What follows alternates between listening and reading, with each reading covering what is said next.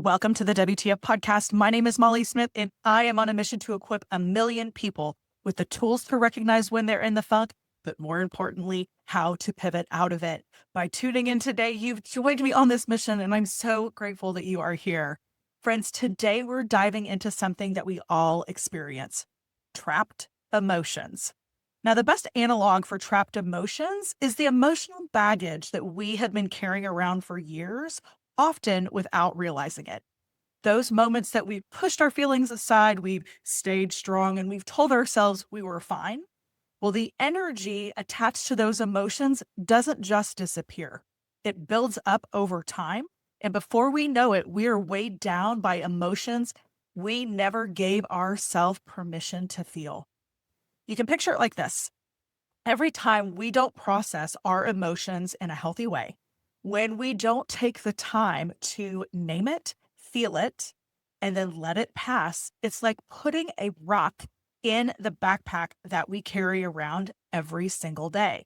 At first, that backpack doesn't feel too heavy, but over time, as life happens, as stress builds, as heartbreak happens and disappointments pile up, we keep adding more rocks. And the tricky part is that we have been carrying that backpack around for so long that it starts to feel normal. We forget what it's like to feel light, free, and emotionally balanced. Those rocks in the backpack, those are trapped emotions. That emotional energy that got stuck in your body from the moments in your life that you never fully processed. Now, here's the thing. Emotions are energy. They are literally energy in motion. When we don't process what we feel, when we suppress, when we distract, when we numb, when we ignore, when we stop, that energy doesn't disappear. It gets stored in the body as trapped emotional energy.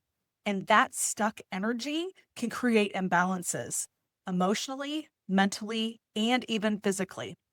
Maybe you've noticed that you've had this constant low-grade anxiety for a long time, or frustration that shows up for no reason. Or maybe it's tension in your shoulders or exhaustion that just doesn't go away. Or maybe you have a short fuse that catches you off guard. Or maybe you find yourself reaching for things that give you quick relief but don't really help. Maybe that extra glass of wine, that scrolling, or even overworking, the staying busy so that you don't have to sit with what you're feeling. Now, I don't know about you, but I was never taught how to name, acknowledge, and attune my emotions growing up. And actually, most people I've met have said the same thing. We were told to be strong, move it, move on, don't cry, rub some dirt in it, get over it, don't air the dirty laundry, right? And we just kept going. So we learned to push aside our emotions and power through. But here's what I've learned over the last few years. That weight does not go away just because we ignore it. We just get better at carrying it. Man, when emotions stay trapped, they can influence everything. How we show up in relationships, how we make decisions, how we handle stress, even how we see ourselves. Those trapped emotions can influence the lens through which we experience life through. And when we've been out of balance for a long time, that imbalance can start to feel normal. That's why you might find yourself feeling stuck.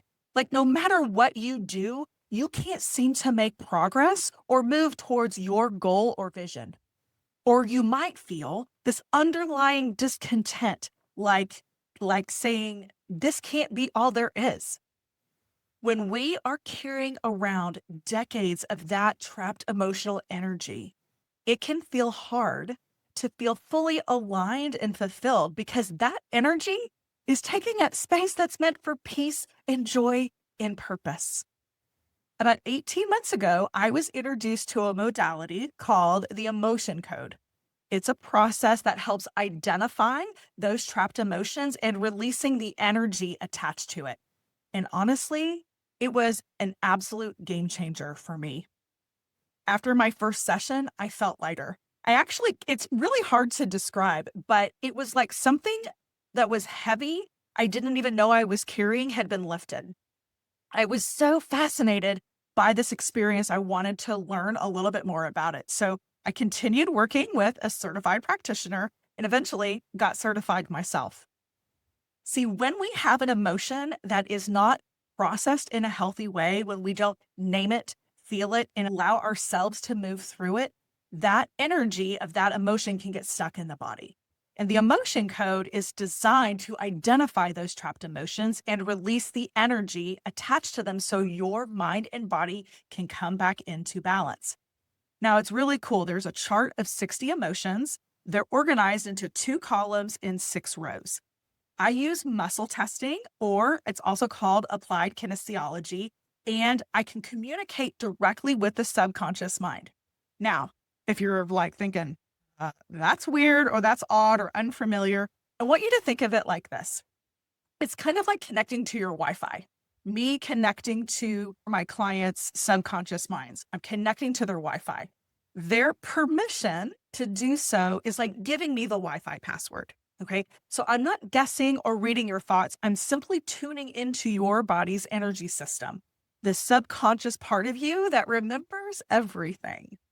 So once we identify that emotion is trapped, we can find out a little bit of information about that emotion if we need to, like the age at which it was trapped, or if it's something that you inherited from your parents and ancestors. And then once we've identified it, we set the intention to release it and swipe a magnet, your hand, or a 0 point energy wand, which is a new tool that I'm using, over what's called the governing meridian. This meridian is the energy pathway that runs from the upper lip over the head and down the spine. When we set the intention to release the trapped emotion and swipe over the governing meridian, it sends a signal to the body's energy system. It's almost like hitting a reset, allowing the body to let go of that stuck vibration. Every time one of those emotions is released, it's like taking another rock out of the backpack. You feel lighter, calmer, more balanced. You might even notice your energy shift right away. Sometimes it takes a couple of days. Now, I want to say this clearly. I am a huge fan of therapy. I have had a therapist for more than 3.5 years, and we have done some amazing work together. I've also done EMDR, internal family systems, or parts work. I've done theta healing, and I've worked with a Reiki practitioner. And I love all of those different tools and modalities to help with healing. But what I love about the emotion code is that you don't have to relive the story of that trapped emotion in order to experience the benefit of releasing it. You don't have to go back through the pain.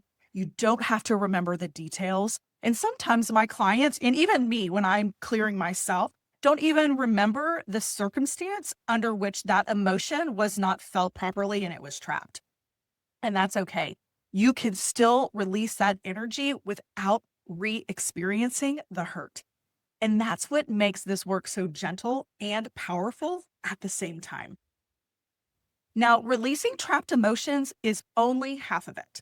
The other half, the part that creates lasting change, is learning how to name, attune, and acknowledge our emotions in real time so we don't keep adding new rocks to the backpack. Can I get an amen? Right?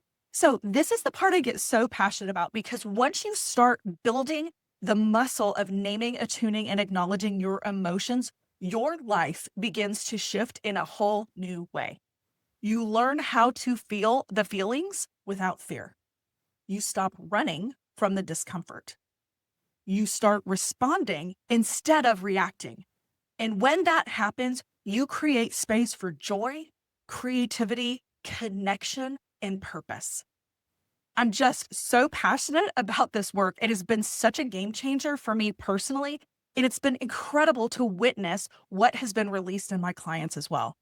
It's always enlightening to see what comes up in these sessions, the emotions and the insights people didn't even know or realize were still affecting them.